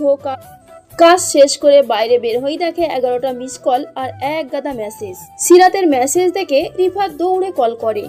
সিরাত, প্লিজ রাগ করো না, আমি একটা সেশনেই ছিলাম, ফোন সাইলেন্ট ছিল। তুমি জানো তো, তোমার কথা না বললে আমার দিনই শুরু হয় না। তুমি একটা বারও জানাও না। আমি ভাবতে থাকি যদি তুমি আর আগের মতো না থাকো। তোমার ধারণা আছে আমি কেমন কাটাই সময়টা তোমাকে ছাড়া? তুমি যদি বুঝতে, তাহলে রাগ করতে পারতে না, বরং আমাকে জড়িয়ে ধরে বলতে, দূরে থেকেও তুমি আমার সবটা হয়ে আছো। সিরাত চুপ করে থাকে, ফোনে শুধু দুজনের নিঃশ্বাস শোনা যায়। আবার রিফাত বলে উঠল, আমি চাই না আমাদের মধ্যে কিছু দেয়াল উঠুক। তুমি আমার এবং আমি তোমার। কখনো ভুল বোঝাবুঝি হলে দয়া করে আমায় আগে জিজ্ঞেস করো, আমি অপেক্ষা করব প্রতিবার। আমি ভয় পাই বলেই হয়তো বেশি আশা করি। তোমাকে ভালোবেসে ফেলেছি খুব গভীরে, তাই একটু বেশি অভিমান হয়। তোমার প্রতিটা অভিমানই আমার জন্য প্রমাণ যে তুমি আমায় ভালোবাসো। পরের দিন দোতলার বারান্দায় রাতে চাঁদ দেখতে দেখতে রিফাত সিরাতকে একটা চিরকুট দেয়। চিরকুটে লেখা, তোমার অভিমান আমার সবচেয়ে প্রিয় জিনিস, কারণ তাতে আমার ভালোবাসার ছায়া পড়ে। তুমি রাগ করো কিন্তু চলে যেও না, কারণ তুমি না থাকলে আমি থাকলেও থাকি না। সিরাত সেই চিরকুট বুকে চেপে ধরে, তার চোখে জল, ঠোঁটে এক বিন্দু হাসি, তারপর মুখ ঘুরিয়ে ফিস ফিস করে বলে, আমি কোথাও যাব না রিফাত, তুমি আছো, এটাই আমার নিরাপদ আশ্রয়। ভালোবাসা যদি হয় এক নৌকা, তবে বিশ্বাস আর বোঝাপড়া তার দুই দাঁড়। কিন্তু মাঝে মধ্যে একটাতেও একটু ফাটল ধরলেই নৌকাটা দুলে ওঠে। সিরাত আর রিফাতের সম্পর্কটাতেও এরকম একটা ঝড় আসে আর সব এলোমেলো হয়ে যায়। বিশ্ববিদ্যালয়ের ক্যাফটেরিয়ায় এক ব্যস্ত দুপুর। সিরাত দূর থেকে দেখে রিফাত এক মেয়ের পাশে বসে কথা বলছে, নাম তাসনিম। রিফাতের ডিপার্টমেন্টের মাস্টার সে নতুন এসেছে। তারা হাসছে, একটু ঘনিষ্ঠভাবে কথা বলছে বলে মনে হলো সিরাতের কাছে। সিরাত থেমে যায় দূর থেকে, চোখ আটকে যায় ওদের কথোপকথনে। তার বুকটা হঠাৎ কেমন করে ওঠে। সেই দিন রিফাত আর সিরাতের দেখা হয়নি। রিফাত ফোনও করেনি। সিরাত শুধু একটি মেসেজ করে, ভালো থেকো, ব্যস্ত থেকো, আমি তোমার সময় নষ্ট করতে চাই না। রিফাত প্রথমে মেসেজটা দেখে কিছু বুঝতে পারে না। তখনই তাসনিম আবার ফোন করে বলে, তোমার বন্ধু সিরাত না? ক্যাফেতে ওকে দেখলাম, খুব বিরক্ত মনে হচ্ছে। রিফাত বুঝতে পারে কিছু একটা ঘটেছে। পরের দিন লাইব্রেরির করিডোরে রিফাত দৌড়ে আসে সিরাতের সামনে। রিফাত অস্থির গলায় বলল, তুমি এমন করে মেসেজ করলে কেন? আমি কি কোনো ভুল করেছি? সিরাত ঠান্ডা গলায় বলল, তোমার সময়ের মূল্য বুঝি এখন। আমি তো জানতাম না তোমার পাশে অন্য কেউ আরো গুরুত্বপূর্ণ হয়ে উঠেছে। তুমি বলতে চাও তাসনিম সে তো শুধু আমার প্রজেক্ট পার্টনার, ওকে নিয়ে কেন এত ভাবছো? আমি ভেবেছিলাম তুমি আমাকে নিয়ে ভাবো, কিন্তু এখন দেখি আমি কেবল তোমার দিনচর্যার অংশ। ভালো লাগলে থাকি, দরকার শেষ হলে সরেও যাই। রিফাত রেগে গিয়ে বলল, তুমি আমার বিশ্বাসটাই প্রশ্ন করছো সিরাত? আমি তোমাকে ভালোবাসি আর সেটার প্রমাণ আমাকে প্রতিদিন দিতে হবে? সিরাতের চোখে জল টলমল করছে, তবুও ভাঙা গলায় বলল, ভালোবাসা বলছি এমন হয় যে আমি নিজের চোখে কিছু দেখেও বিশ্বাস করব না। হ্যাঁ, তাহলে তুমি নিজের বিশ্বাসটাই হারিয়ে ফেলেছো। আমি না হয় এখনই দূরে যাই, যেন সন্দেহের বিষে তোমার ভালোবাসা না পড়ে যায়। দুজনেই চুপ। এক মুহূর্তে এত সুন্দর সম্পর্কটা যা ছিল কমল, সেই ভালোবাসার শরীরে জমে উঠল ফাটল। সিরাত চলে যায়, চোখের জল মুছে। রিফাত দাঁড়িয়ে থাকে হাহাকার নিয়ে। গভীর রাত, দুই পাশে দুই হৃদয়ের হাহাকার। সিরাত জানালার পাশে বসে আছে, তার হাতে সেই চিরকুট। তুমি রাগ করো কিন্তু চলে যেও না। সে ধীরে চিরকুটটা বন্ধ করে দেয়। এখন আর কেউ ফিসফিস করে গল্প বলছে না, কেউ ছাতার নিচেই নেই, কেউ চা খাবে বলে দাবি করছে না, শুধু নিস্তব্ধতা। অন্যদিকে রিফাত বারান্দায় বসে কাঁধে জ্যাকেট ফেলে, যেটা দিয়ে ভিজেছিল প্রথমবার। তার ফোনে সিরাতের নামের পাশে এখন লাস্ট সিন ইয়েস্টারডে। রিফাত ফিসফিস করে বলে, তুমি যদি আমার ভালোবাসা না বোঝো তাহলে ব্যাখ্যা দিয়ে আর কি হবে? ভুল বোঝাবুঝির আগুন ভালোবাসার ভিতর লাগে যখন, তখন তা শুধু ক্ষত রাখে না, অভিমান নামক অদৃশ্য দেয়াল তুলে দেয়। রিফাত আর সিরাত এখন সেই দেয়ালের দুই পাশে দাঁড়িয়ে, চোখের জল, মুখে নীরবতা, আর হৃদয়ের একটাই প্রশ্ন, সে কি সত্যিই আমাকে বোঝে? 2 সপ্তাহ কেটে গেছে, কোনো যোগাযোগ নেই। সিরাত আর রিফাত কেউ কোনো যোগাযোগ করেনি। রিফাত প্রতিদিন ফোন হাতে নিয়ে বসে থাকে, আবার রেখে দেয়। সিরাত চুপচাপ, মুখে কেউ কিছু টের পায় না, কিন্তু তার চোখের নিচে কালি পড়ে গেছে। বন্ধুরা জিজ্ঞেস করে, তোমাদের কি হলো? এতদিন তো সব ঠিকঠাক ছিল। সিরাত শুধু হেসে বলে, কিছু কিছু গল্প অপূর্ণই থেকে যায়। অন্যদিকে রিফাত মাঝে মাঝে ডায়েরি লেখে। আজ এভাবে আরো কিছুদিন কেটে গেল। আজ বিশ্ববিদ্যালয়ের শেষ ক্লাস, সবাই ব্যস্ত ছবি তোলায়, স্যারের হাতে ফুল দিচ্ছে। সিরাত এক কোণে দাঁড়িয়ে চুপচাপ। রিফাত তাকে দেখে কিন্তু কাছে যাচ্ছে না। তাদের মাঝে আজ শুধু নীরবতা, না বলা হাজার কথা নিয়ে গড়া এক শূন্যতা। হঠাৎ হোস্টেলের দিকে হাঁটা দেয় সিরাত, হাতে একটা খাম। রিফাত একটু দূরে দাঁড়িয়ে দেখে তার নাম লেখা সেই খামের উপর। সে ছুটে যায় না, সে জানে সিরাত বুঝে গেছে সে আসছে না। সেই রাতে রিফাত খামটা খোলে, চিঠিতে লেখা, রিফাত, হয়তো তোমার কাছ থেকে দূরে যাওয়াটাই আমার সবচেয়ে কষ্টের সিদ্ধান্ত ছিল, কিন্তু আমি নিজের ভেতরে ভয়কে জয় করতে পারিনি। তোমাকে ভালোবেসেছি খুব, সত্যিই ভালোবেসেছি, কিন্তু আমার ভালোবাসায় সন্দেহ ঢুকেছে, কারণ আমি নিজেকে বিশ্বাস করতে শিখিনি। তোমাকে ছোট করে দেখিনি কখনো, কিন্তু এতটাই বড় করে দেখেছি যে নিজেকে তোমার উপযুক্ত মনে করিনি। হয়তো তুমি কাউকে পাবে যে তোমাকে শুধু ভালোবাসবে না, বুঝবেও। আর আমি হয়তো একদিন বৃষ্টি নামলে ছাতার নিচে দাঁড়িয়ে থাকবো আর মনে করব একদিন কেউ বলেছিল বই ভালোবাসলে বইও ভালোবাসে। রিফাত বারান্দায় দাঁড়িয়ে থাকে, হাতে সেই চিঠি, চোখে জল নেই, শুধু ঠোঁটে একটা তিক্ত হাসি। চারপাশে বৃষ্টি পড়ছে, কিন্তু এখন সে আর কারোর জন্য ছাতা বাড়িয়ে দেয় না। ফ্ল্যাশব্যাক শেষ। বাস্তবে রিফাত কখন ঘুমিয়ে গেছে নিজেও জানে না।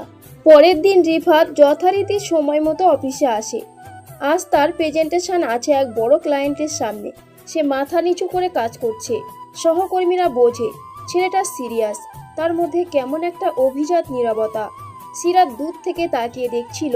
হঠাৎ তার মনে পড়ে গেল সেই দিনটার কথা, যেদিন রিফাত তাকে এক হাতে ছাতা ধরে বৃষ্টির ভেতর বাড়িতে পৌঁছে দিয়েছিল। তখন তো সে আর এইরকম রাগী ছিল না। ক্লায়েন্ট মিটিং শুরু হলো। প্রেজেন্টেশনের প্রতিটি স্লাইড নিখুঁত। রিফাত আত্মবিশ্বাসের সাথে কথা বলছে। ক্লায়েন্টরা খুশি, বারবার প্রশংসা করছে। Mr. Rifat, I must say, this is was a flawless presentation, very professional. Your company is lucky to have you. এই প্রশংসায় সিরাতের মুখ কিছুটা শক্ত হয়ে গেল। মিটিং শেষ হতেই সবার মুখে একটাই কথা, রিফাত তো দারুণ পারফর্ম করছে। সিরাত কেবিনে ঢোকার সাথে সাথেই গ্লাস টেবিলের উপর রাখা কফির কাপটা ছিটকে ফেলল। সে জানে তার রাগের কারণ রিফাত নয়, বরং নিজের ভেতরে হেরে যাওয়া অনুভূতিটা। রাতের বেলা অফিসে সবাই চলে গেছে, শুধু রিফাত আর সিরাত বাকি। রিফাত কাজ গুছিয়ে চলে যেতে নিচে নামছিল, হঠাৎ লিফটের সামনে সিরাত দাঁড়ানো। এই কাজের প্রশংসা পেয়ে খুব গর্ব হচ্ছে তোমার? না, গর্ব নয়, দায়িত্ব। কাজের প্রশংসা মানে দায়িত্বটা ঠিকঠাক পালন করছি। তুমি কি এখনো মনে করো তুমি নির্দোষ?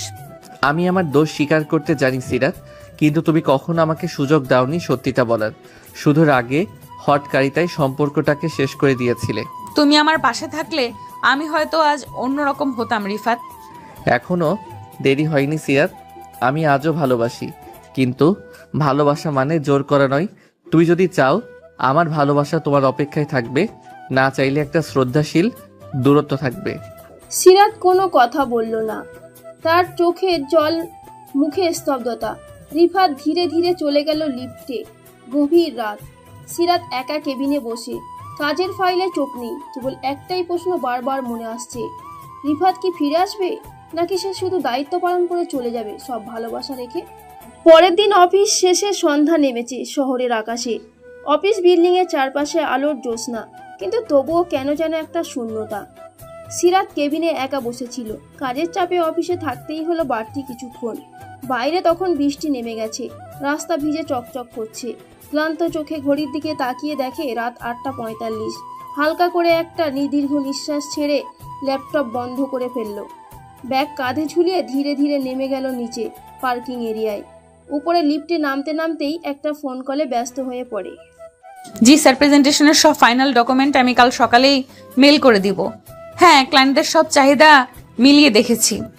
হেডফোনে কথা বলতে বলতে পার্কিং লটের দিকে হেঁটে যাচ্ছিল সিরাত। চারপাশ নির্জন, শুধু বাতির টিমটিমে আলো। ঠিক তখনই পিছন দিক থেকে একটা গা শিউরে ওঠা আওয়াজ। অফিসটা অনেক রাত পর্যন্ত চালান তো ম্যাডাম? সিরাত থেমে গেল, গলায় চিন্তিত ভঙ্গি। ঘাড় ঘুরিয়ে দেখল 3 জন অচেনা যুবক তার পেছনে দাঁড়িয়ে আছে। একজনের হাতে হেলমেট, আর একজন সিগারেট টানছিল। চেহারায় স্পষ্ট হিংস্রতা, চোখে অসুস্থ রাগ। আপনারা কে, এখানে কি করছেন? আমার ভাইকে আপনি অফিস থেকে বের করে দিয়েছেন। তার বাচ্চা আছে, সংসার আছে। আপনি কিছু না জেনে রিপোর্টের ওপর ভরসা করে তাকে বরখাস্ত করেছেন। আজ তার বদলা নেব। সিরাত ব্যাগটা শক্ত করে চেপে ধরে, পা পা করে পিছিয়ে যায়, কিন্তু দেয়াল পেছনে। হাত কাঁপছে, মুখ ফ্যাকাশে। সে ব্যাগ প্যাকেট থেকে ফোনটা বের করার চেষ্টা করছিল। তখনই একজন ঝাঁপিয়ে পড়ে ওর ফোনটা ফেলে দেয় মাটিতে। স্কিন ফেটে যায়। সিরাতের মুখ দিয়ে বেরিয়ে আসে চাপা চিৎকার। হেল্প, কেউ আছেন? কিন্তু এত রাতে অফিস ফ্লোর পুরো ফাঁকা। নিচে শুধু সিকিউরিটি চেকপোস্ট, তাও আবার অনেক দূরে।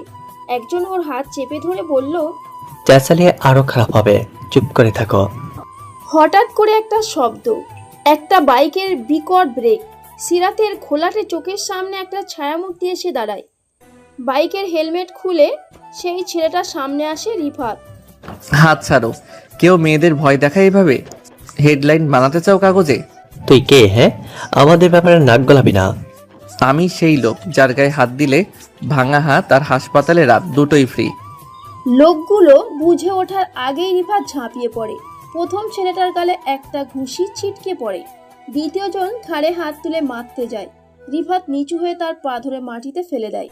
তৃতীয়জন ছুরি বের করতে গিয়েও পারে না। ততক্ষণে রিফাতের ঘুষিতে সে অচেতন। সিরাত স্তব্ধ, ঠক ঠক করে কাঁপছে, চোখে অশ্রু, গায়ে ছেঁড়া ওড়না। সে হেঁটে গিয়ে রিফাতের বুকে পড়ে কান্না শুরু করে। তুমি এলে কেন রিফাত? আপনার ফোন বন্ধ পেয়ে বুঝেছিলাম কিছু একটা হয়েছে। আমি চলে এলাম।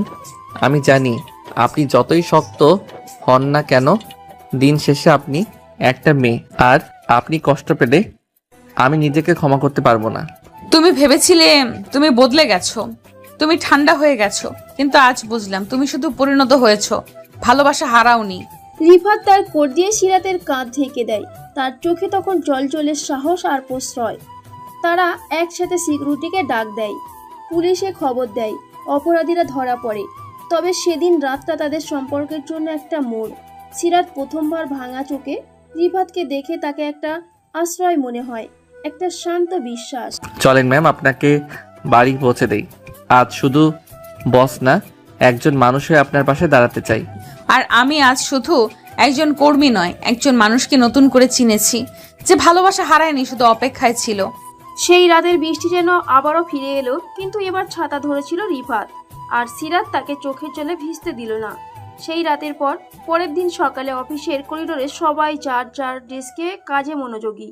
রিফাত যথারীতি সময়ের আগে অফিসে চলে এসেছে। ডেস্কে বসে মন দিয়ে রিপোর্ট যাচাই করছে। চোখে ঘুম নেই, কিন্তু মন ফুরফুরে। বড্ড অন্যরকম একটা অনুভূতি কাজ করছে ওর ভেতরে। কি যেন ঘটে চলেছে আগের রাতে, যার প্রভাব এখনো বুকের ভেতর টকবক করছে। তবে যেটা রিফাত টের পায়নি সেটা হলো আজ সিরাতও এসেছে কিছুটা আগে ভাগেই। সে তার কেবিনে জানলার ফাঁক দিয়ে চুপচাপ তাকিয়ে আছে রিফাতের দিকে। চোখে আর সেই আগুন নেই। আজ তার চোখে দ্বিধা, নরম একটা কুয়াশা, যেন কিছু একটা বোঝার চেষ্টা করছে। এই ছেলেটা কিভাবে এতটা বদলালো? সে যে একদিন কেঁদে বেরিয়েছিল এই রিফাতের জন্য, আজ সেই রিফাত তাকেই চোখ মেলে আগলে রাখছে। বেলা 11টা। সিরাত নিজেই ফোন করে রিফাতকে কেবিনে ডাকলেন। আপনি ডেকেছেন ম্যাম?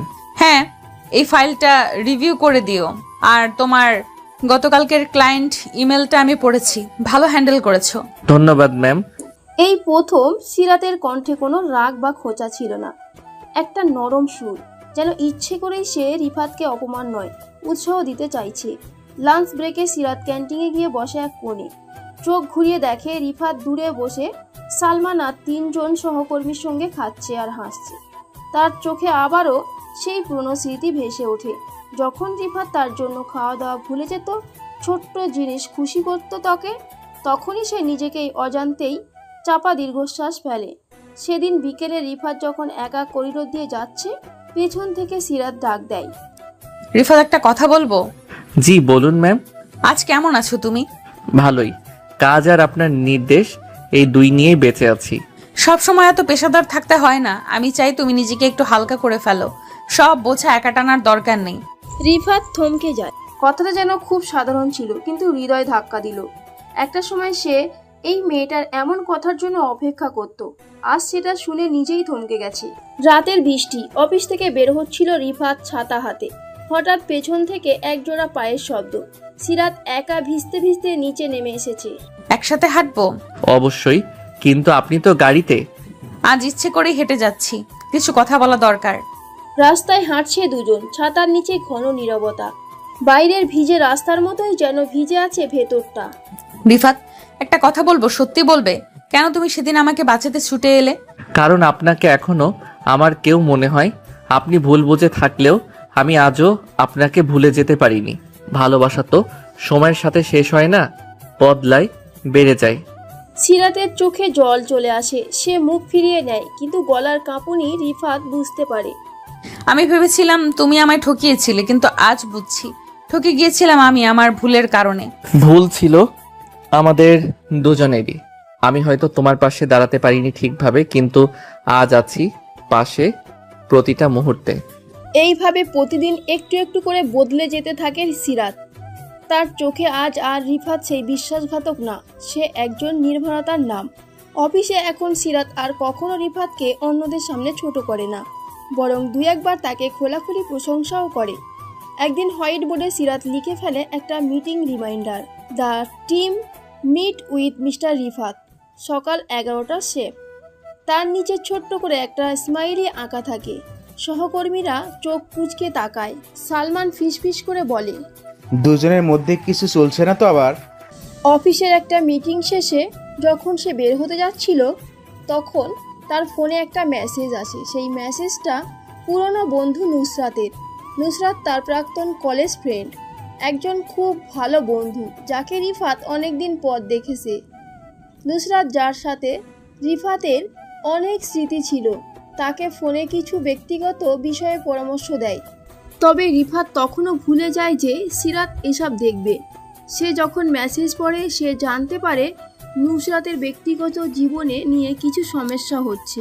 রিফাত তার বন্ধুকে সাহায্য করতে চায় আর সিরাতের থেকে এই বিষয়ে গোপনীয়তা রাখতে চায়, কিন্তু সে জানতো না সিরাত এরই মধ্যে কিছু দেখে ফেলেছে, তবে ভিন্নভাবে। সিরাত তার কেবিনের জানলা দিয়ে রিফাতের দিকে তাকাচ্ছিল। রিফাত তখন ফোনে চ্যাট করছে। এই চ্যাটের স্ক্রিন সিরাত দেখেছিল। এটা ছিল নুসরাতের মেসেজ। মেসেজগুলো ছিল একদম স্বাভাবিক, কিন্তু সিরাত যেটা দেখেছিল সেটা ছিল একটা ভুল। সে দেখেছিল, কেমন আছো, আমার পাশে থাকতে পারবে, এবং এরপরেই রিফাত মেসেজ ছিল, এটা তো বড় ব্যাপার না, তুমি জানো আমি সবসময় তোমার পাশে আছি। এই কথাগুলোর মধ্যে সিরাত পুরোপুরি বিশ্বাস করেছিল। সে ভেবেছিল রিফাত আবার নুসরাতের প্রতি আগ্রহ দেখাচ্ছে, যা তার কাছে ছিল একেবারে অগ্রহণযোগ্য। সিরাতের মনটা বিষিয়ে উঠল। তার মনে হলো এই মেয়ে, এই নুসরাত আবার তার রিফাতকে নিজের দিকে ফিরিয়ে আনতে চাচ্ছে, আর সে রিফাতের প্রেমিকা। সে তো এখন কেবল একটা দৃষ্টান্ত।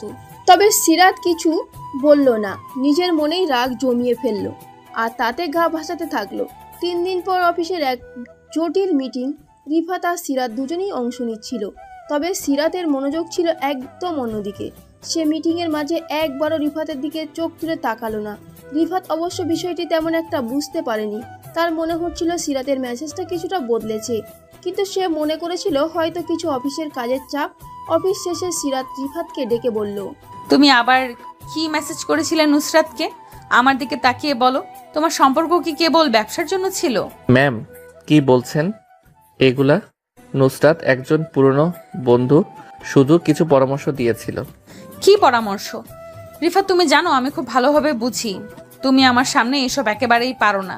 তুমি কি এখনো নুসরাতের প্রতি আকর্ষণ অনুভব করো?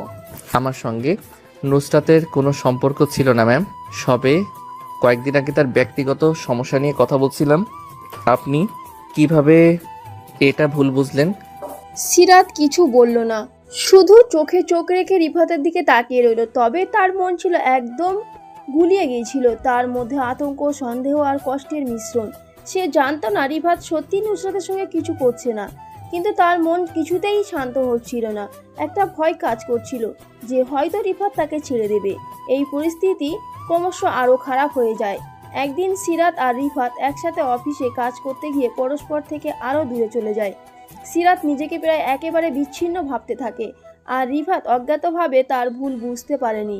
অফিসেই সবাই জানতো দুজনের মধ্যে কিছু একটা ঘটেছে, কিন্তু দুজনেই মুখে কিছু বলেনি। তবে ঠিক সেই সময় একদিন রিফাত ঠিক করে নেয় এবার সিরাতকে সব পুরো সত্যি বলতে হবে। সে জানে তাকে যদি সত্যিটা না বলে তাহলে সব শেষ হয়ে যাবে। এক সন্ধ্যায় রিফাত সিরাতকে তার অফিসে ডেকে নেয়। রিফাত কিছু সময় নীরব থেকে শেষ পর্যন্ত বলল, সিরাত, তুমি ভুল বুঝেছ। নুসরাতের সঙ্গে আমার কোনো সম্পর্ক ছিল না, আগেও ছিল না, এখনো নেই। ওকে আমি কিছু পরামর্শ দিয়েছিলাম, আর কিছুই নয়। আমি জানি তুমি এটা ভুল বুঝে থাকতে পারো, কিন্তু আমার প্রতি তোমার বিশ্বাসটা আমায় সবচেয়ে গুরুত্বপূর্ণ। রিফাত, আমি সত্যিই মেনে নিতে পারি না। আমি বিশ্বাস করেছিলাম তুমি আমাকে ঠকাচ্ছ। আজও মনে হচ্ছে তুমি সেদিন আমাকে একা ছেড়ে চলে যেতে চেয়েছিলে। আমি জানি আমি তোমার বিশ্বাস ভেঙেছিলাম, কিন্তু আমি এখনো তোমায় চাই সিরাত। বিশ্বাস করো, তুমি আমার কাছে সব কিছু। নুসরাতের সঙ্গে কোনো কিছু ছিল না, এটা আমি তোমাকে শতবার বলবো। আমি জানি তুমি যা ভাবছিলে সেটা কষ্টদায়ক ছিল, কিন্তু আমি তোমার সাথে ছিলাম। এই কথাগুলো সিরাতের হৃদয়ের গভীরভাবে আঘাত করলো, কিন্তু তবুও সে জানলো এটি তার নিজের ভুল ছিল। সে এবার রিফাতের দিকে তাকালো আর নিজের অস্থিরতা অহংকারকে অবশেষে সঙ্গী করে তাকে স্বীকার করলো। আমি তোমাকে বিশ্বাস করতে চাই রিফাত। বলেই সিরাত সেখান থেকে কাঁদতে কাঁদতে চলে গেল। রিফাতের কথাগুলো সিরাতের মনে সুনামির মতো আঁচড়ে পড়েছিল। তুমি ভুল বুঝছো, এই কথাটা যেমন শান্তির তেমনি লজ্জারও। সে এখনো অফিস ডেস্কে বসে। রিফাত চলে গেছে। ঘড়ির কাঁটা রাত 8টা ছুঁই ছুঁই। পুরো অফিস ফাঁকা, আলো নিভে এসেছে। শুধু কেবিনের ভিতরে আলোর নিচেই মুখটা ঢেকে কাঁপতে কাঁপতে বসে আছে সিরাত। তার বুকের ভিতর যেন একটা পাথর চেপে বসে আছে সিরাতের মনের ভেতর। আমি রিফাতকে বিশ্বাস করতে পারিনি। আমি ওর চোখের ভাষা বুঝতে পারিনি। আমি শুধু দূর থেকে দেখে সব ভেবে নিয়েছিলাম। ও বলেছিল পাশে থাকবে নুসরাতের, আর আমি ভেবেছি সে আমায় ছেড়ে চলে যাবে। কিন্তু এখন আমি বুঝতে পারছি আমি ভুল করেছি। ওর মুখের সেই শান্ত ভঙ্গিটা, চোখের নিচে জমে থাকা ক্লান্তির রেখা, সবই বলছে সে আমার জন্যই লড়েছে। আমি কি ওকে খুব কষ্ট দিয়েছি? চোখের কোণে জমে থাকা অশ্রু এবার নেমে আসে। তার ঠোঁট ফুঁপিয়ে উঠে, বুকটা যেন ছিঁড়ে যাচ্ছে। রাত কাটিয়ে সকালে সিরাত অফিসে আসে। মুখ পরিপাটি হাসি, পেশাদার ছোঁয়া, কিন্তু চোখে লুকানো লাল ভাব আর ভেতরের অস্থিরতা কিছুতেই ঢাকা পড়ে না। রিফাত যথারীতি আগের মতোই কাজে মনোযোগী। সিরাত দূর থেকে তাকায় মাঝে মাঝে। সে খেয়াল করে ছেলেটা আজও আগের মতো। কোনো অভিযোগ নেই, কোনো প্রত্যাবর্তনের দাবি নেই। সে শুধু কাজ করে যাচ্ছে। একবার যখন তারা এক কনফারেন্স রুমের ফাইল শেয়ার করেছিল, সিরাত ভুল করে একটা ডকুমেন্টে ভুল স্লাইড বসায়। রিফাত সেটা দেখে কিছু না বলে চুপচাপ ঠিক করে ফেলে। সিরাত মুখ নিচু করে বলে, thank you. No problem ma'am. এই স্বাভাবিক উত্তরে সিরাতের বুকটা কেঁপে ওঠে। এটা সেই রিফাত যে আগে ওর দিকে তাকিয়ে দিনের আলো খুঁজে নিত। এখন সে চোখ নামিয়ে নম্রভাবে সরে যাচ্ছে। সেদিন সন্ধ্যায় সিরাত তার বাসায় বসে পুরনো একটা ডায়েরি খুলে বসে। সেখানে রিফাতের হাতে লেখা চিঠি ছিল, যেটা ও একসময় দিয়েছিল। তুমি যদি কখনো মনে করো আমি তোমার পাশে নেই, চোখ বন্ধ করে বিশ্বাস করো, আমি ঠিক পাশেই আছি। হয়তো নীরব, হয়তো দূরে, কিন্তু আমি আছি। এই শব্দগুলো পড়তেই বুকটা হাহাকার করে ওঠে। আমি কিভাবে এতটা সন্দেহ করলাম রিফাতকে? ও আমায় ঠকায়নি। ও শুধু একজন বন্ধুর পাশে দাঁড়িয়েছিল, আর আমি নিজের হিংসা আর অহংকারে ওকে ছুড়ে দিয়েছিলাম ভুলের মধ্যে। আমি যদি ক্ষমা চাইতাম, যদি ওকে জড়িয়ে ধরে বলতাম, রিফাত আমি এখনো তোমায় ভালোবাসি। পরবর্তী দিন অফিসে লাঞ্চ ব্রেকে সিরাত সাহস করে রিফাতকে একপাশে ডাকে। রিফাত, কিছু বলার ছিল, যদি একটু সময় পাও। বলুন ম্যাম। আমি হয়তো ভুল বুঝেছিলাম নুসরাতকে নিয়ে। আমি তোমার চ্যাটগুলো, কথাবার্তা, কিছু কিছু জিনিস দেখে ভেবেছিলাম তুমি হয়তো আমার প্রতি সৎ না, কিন্তু এখন বুঝছি আমি তোমার প্রতি অবিচার করেছিলাম। ভুল বোঝা হতে পারে সিরাত, কিন্তু আমি তোমায় কখনো ঠকাইনি। তুমি যা কিছু দেখেছিলে সেটা আমি লুকাইনি, কারণ আমি জানতাম তুমি বিশ্বাস করবে, কিন্তু হয়তো আমি তোমার সেই বিশ্বাসটা ধরে রাখতে পারিনি। না রিফাত, আমি তোমার সেই বিশ্বাসকে অন্ধ করে দিয়েছিলাম আমার সন্দেহ দিয়ে। আমি এখনো তোমায় ভালোবাসি রিফাত। আমি হয়তো সবটা ভুল করেছি, কিন্তু আজ যদি ক্ষমা করে দাও।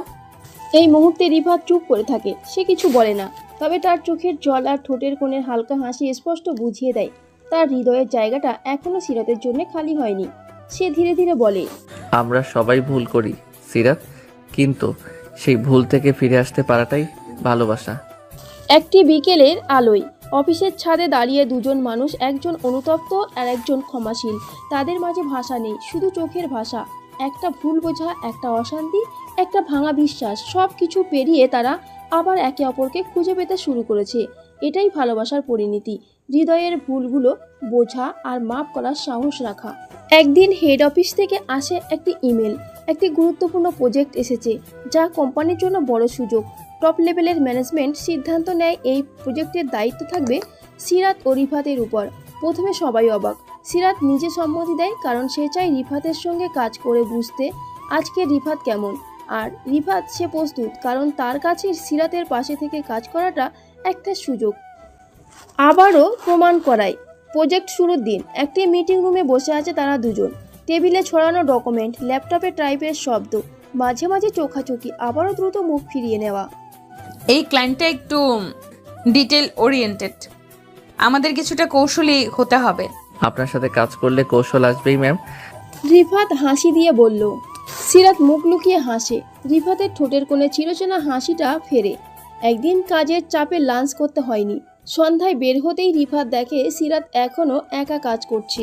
ম্যাম আপনি খেয়েছেন? না, অনেক কাজ, খেয়ালই করিনি। চলুন নিচে একটু চা খেয়ে আসি, কাজের জন্য শক্তি দরকার। সিরাত একটু দ্বিধায় পড়ে যায়, কিন্তু অবশেষে মাথা নাড়ে। নিচের ক্যান্টিনে গিয়ে দুজন এক টেবিলে বসে। কথা হয় শুধু কাজ নিয়ে, কিন্তু ভেতরে একটা স্বস্তি। এই কাছাকাছি থাকা আর চোখে চোখ পড়লে যে শান্তি, সেটা আর অস্বীকার করা যায় না। কয়েক সপ্তাহ পেরিয়ে গেছে। সহকর্মীরা লক্ষ্য করে আগের মতো আর সিরাত হুকুমের সুরে কথা বলে না। রিফাতের কাজে আর অকারণে খুঁত ধরে না, বরং কোথাও কোথাও প্রশংসাও করে। একদিন এক মিটিং শেষে সিনিয়র ম্যানেজার বলেন, মিস সিরাত, রিফাতকে আপনি প্রজেক্টে এনেছিলেন, এটা বোধহয় খুব ভালো সিদ্ধান্ত ছিল। উনি কাজ বোঝেন, শুধু কাজ নয়, উনি মানুষ হিসেবেও ভারসাম্য জানেন। রিফাত দরজার বাইরে দাঁড়িয়েছিল। কথা শুনে মুখ ঘুরিয়ে চুপচাপ হেঁটে চলে যায়। সিরাত এক সন্ধ্যায় ছাদে বসে সে ভাবছে, আমার রাগ, আমার অহংকার সব মিলিয়ে আমার সম্পর্কটাকে ধ্বংস করেছিলাম, কিন্তু রিফাত এখনো পেশাদারভাবে পাশে আছে। সে বদলায়নি, সে আজও সেই ভরসার মানুষ।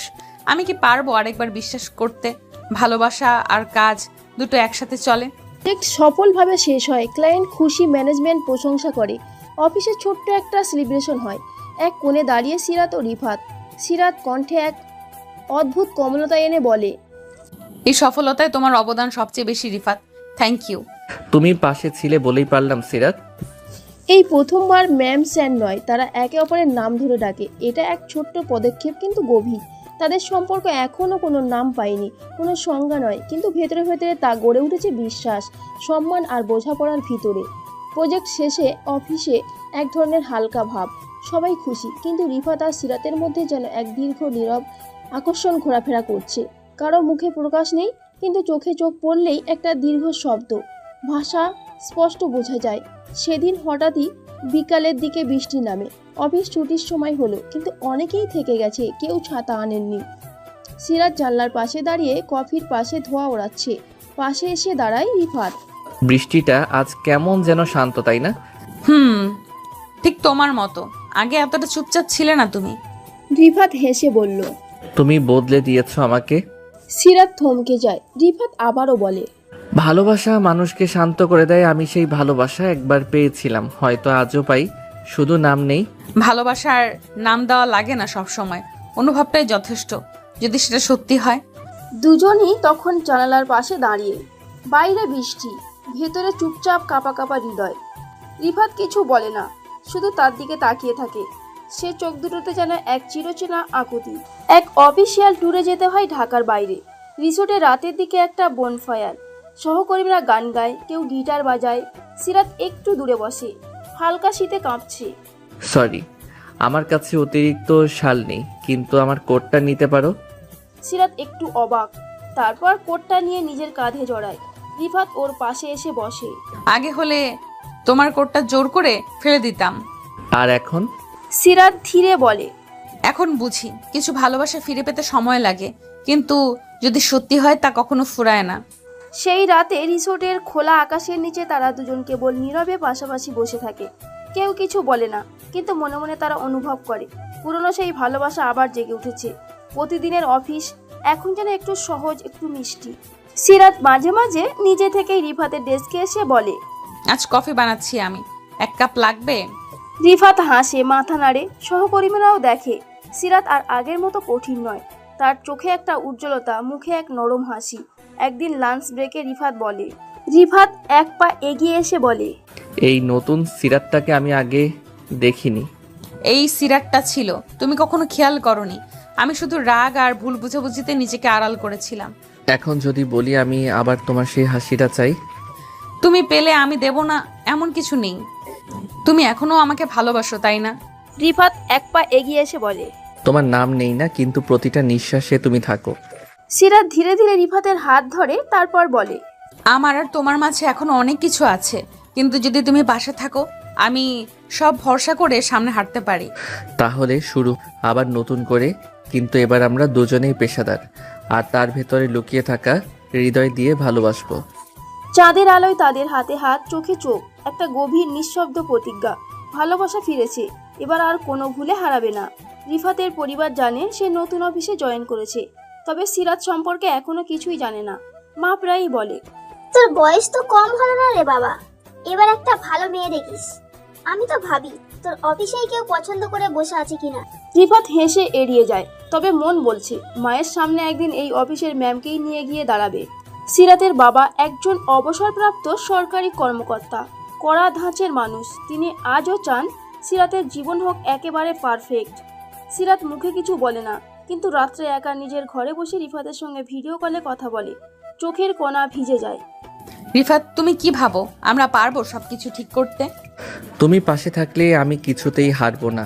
আমি চাই একদিন তোমার বাবা আমাকে দেখে গর্ব অনুভব করুক। একদিন অফিস থেকে ছুটি নিয়ে রিফাত সিরাতকে নিজের বাসায় নিয়ে আসে। তেমন করে নয়, সেলফ কলিং, পরিচয় যেন এক পলকে মা দেখে নিতে পারেন। মা প্রথমে সিরাতকে দেখে একটু কৌতূহলী, তারপর নিজের হাতে নাস্তা বানিয়ে আনেন। তুমি তো খুব গুছানো মেয়ে মনে হচ্ছে। তোমার মতো কেউ হলে তো আমার ছেলের জীবনটা সত্যি গুছিয়ে যাবে। সিরাত লাজুক হেসে বলে, আপনার ছেলের কাছ থেকেই গুছিয়ে চলা শিখেছি। রিফাত পাশ থেকে মৃদু হাসে, কিন্তু চুপ থাকে। সেই হাসি ছিল একরকম ধন্যবাদ সিরাতকে। রিফাত সিদ্ধান্ত নেয় একদিন সিরাতের বাবা মায়ের সামনে গিয়ে তার প্রস্তাব রাখবে। সে চায় না কোনো গোপনীয়তা থাকুক। একটা ছুটির দিনে রিফাত গিয়েছিল সিরাতের বাড়ি। হাতে উপহার নয়, কেবল একজন আত্মবিশ্বাস আর বিনয়ের ভাঁজ। তোমার সাহস হয়েছে আমাদের সামনে আসার? স্যার, সাহস নয়, দায়িত্ব। সিরাতের প্রতি আমার সম্মান, ভালোবাসা এবং ভবিষ্যতের প্রতিশ্রুতি আমাকে আপনার সামনে দাঁড়াতে বাধ্য করেছে। আমি চাই আপনি আমার কাজ, চরিত্র এবং সংকল্প দেখে আমাকে বিচার করুন, না যে অতীতের ভুলের ভিত্তিতে। সিরাত চুপচাপ দাঁড়িয়ে থাকে পাশে, চোখে পানি জমে, কিন্তু একটাও ফোঁটা পড়ে না। বাবা থমকে যায়, রেগে ওঠেন না, তবে বলেন, সময়ের বিচার সময়ই করবে। তুমি যদি সত্যি সিরাতের পাশে থাকতে পারো সেটা আমার চোখেই ধরা পড়বে। এর পরের দিনগুলোতে সিরাতের মা রিফাতকে ডেকে ছোট ছোট কথা বলেন। পছন্দের খাবার কি, কেমন মানুষ সে, পরিবারের সবাই কেমন। আর রিফাত একনিষ্ঠভাবে প্রতিটি ছোট বড় বিষয় সামলে নেয়। এক সন্ধ্যায় সিরাত বলে, তুমি জানো আমার মা এখন তোমার কথা শুনে হাসে, আর বাবা কড়াকড়ি করলেও চার কাপটা বাড়িয়ে দেন। তুমি থাকলেই সব সহজ হয়ে যায়। একটা বিকালে দুই পরিবার একই ছাদে, রিফাত আর সিরাত পাশাপাশি বসা। দুই মা গল্প করছেন, দুই বাবা যেন আর চোখে এক অপরকে বিচার করছেন। হঠাৎ সিরাতের বাবা বললেন, রিফাত, তোমার জন্য একটাই সত্য, আমার মেয়েকে কখনো কাঁদতে দিও না। রিফাত উঠে দাঁড়িয়ে মাথা নিচু করে বলে, আমি কথা দিচ্ছি, চিরজীবন ওর চোখের জল আমি নিজের হাতে মুছে দেব। তাকে চোখ ভিজাতে দেব না কখনো। সিরাতের চোখে পানি, এবার সত্যিকার অর্থে ভালোবাসার। একদিন অফিস শেষে রিফাত সিরাতকে নিয়ে যায় ছাদে এক প্রান্ত কোণে। চারপাশে ছড়িয়ে পড়েছে বিকেলের নরম আলো, হালকা হাওয়া বইছে, আর দূরের আকাশে ভেসে যাচ্ছে তুলোর মতো মেঘ। সেই মুহূর্তে রিফাত পকেট থেকে ছোট্ট একটা বক্স বের করে চুপচাপ হাঁটু গেড়ে বসে। সে বলে, তুমি আমার জীবনে প্রথমে এসেছিলে ঝড় হয়ে, এখন হয়ে গেছো আশ্রয়। আমি চাই এই আশ্রয়টা চিরদিনের জন্য হোক। আমি কি তোমার সারা জীবনের পাশে থাকতে পারি? সিরাত কিছুক্ষণ চুপ থাকে, চোখে জমে থাকা জলের ফোঁটা একটুখানি কেঁপে ওঠে। তারপর খুব ধীরে বলে, তোমাকে হারিয়ে আমি বুঝেছি ভালোবাসা মানে কেবল ভালো লাগা না, মানে বিশ্বাস, সম্মান আর অপেক্ষা। তুমি সবটা ফিরিয়ে এনেছো। হ্যাঁ, আমি রাজি। সেই হ্যাঁর মধ্যেও যেন এক নিঃশব্দ বিস্ফোরণ ঘটে। নতুন করে ভালোবাসার জন্ম হয়। পরবর্তীতে দুই পরিবার একসাথে বসে, কেউ আর কোনো আপত্তি করে না। তুই যদি আমার মেয়েকে ভালো রাখিস, আমি তোর সবচেয়ে বড় আশীর্বাদ হয়ে থাকবো। রিফাত মাথা নিচু করে বলেন, আমি কথা দিচ্ছি, জীবনে যতটুকু পারি তাকে সুখী রাখবো। তার চোখে জল আসার আগে আমি পাশে থাকবো, হাত ধরে চুপচাপ।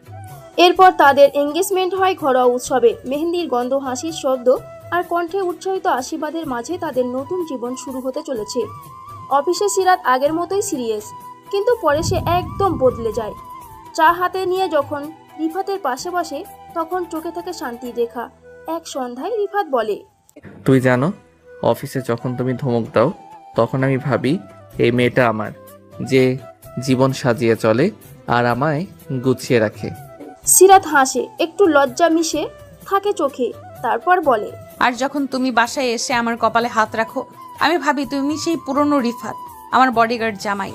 এক বিকালে তারা চায়ের দোকানে বসে সিরাত বলে, আমাদের সন্তানকে আমি একদিন বলবো তার বাবা এক সময় আমার অফিসে চাকরি করত, আর এখন সে আমার জীবনের সবচেয়ে বড় ভরসা। আজকের দিনটা শুধু আমাদের। আমি চাই না তুমি অস্বস্তি বোধ করো। আমি তোমার পাশে আছি, যতটুকু তুমি চাও ঠিক ততটুকুই। তোমার হাতটা ঠিক যেমন ছিল তেমনই আছে, কিন্তু এখন তুমি শুধু আমার প্রেমিকা না, তুমি আমার স্ত্রী, আমার ঘরের সাথী। তুমি ঠিক আগের মতোই আছো, সম্মানজনক, নিরাপদ। তুমি জানো এতদিন আমি ভয় পেতাম, ভালোবাসা মানেই হয়তো অধিকার, কিন্তু আজ বুঝি ভালোবাসা মানে শ্রদ্ধা। তুমি সেটা শিখিয়েছো আমাকে। জানো, আমি প্রতিদিন তোমার পাশে ঘুমিয়ে ঘুম ভাঙাতে চাই। এই সংসারে যদি কোনো কিছু তোমাকে কাঁদায়, আমি তার বদলা নেব, even if it's just an onion. তুমি শুধু ঘুম ভাঙাও না, আমায় প্রতিদিন নতুন করে ভালোবাসো। তোমার হাস্যরস আগের মতোই, বাচ্চাদের মতো। ভালো লাগলেই তো হলো। রানীর প্রতি আমার ভালোবাসা বাড়ছে মিনিটে মিনিটে। কিন্তু ভালোই লাগে। আজকে কিছু বলো না, শুধু আমি তোমার পাশে থাকি। আজ তুমি সারাদিন ব্যস্ত ছিলে, কিন্তু আমি তোমার দৃষ্টি খুঁজেছি বারবার। আমি যত ব্যস্তই থাকি, আমার চোখের কোণে তুমি সব সময় থাকো। ভিজতে দাও না, আমাদের ভালোবাসার মতো এই বৃষ্টিটাও হয়তো আজ পুরোপুরি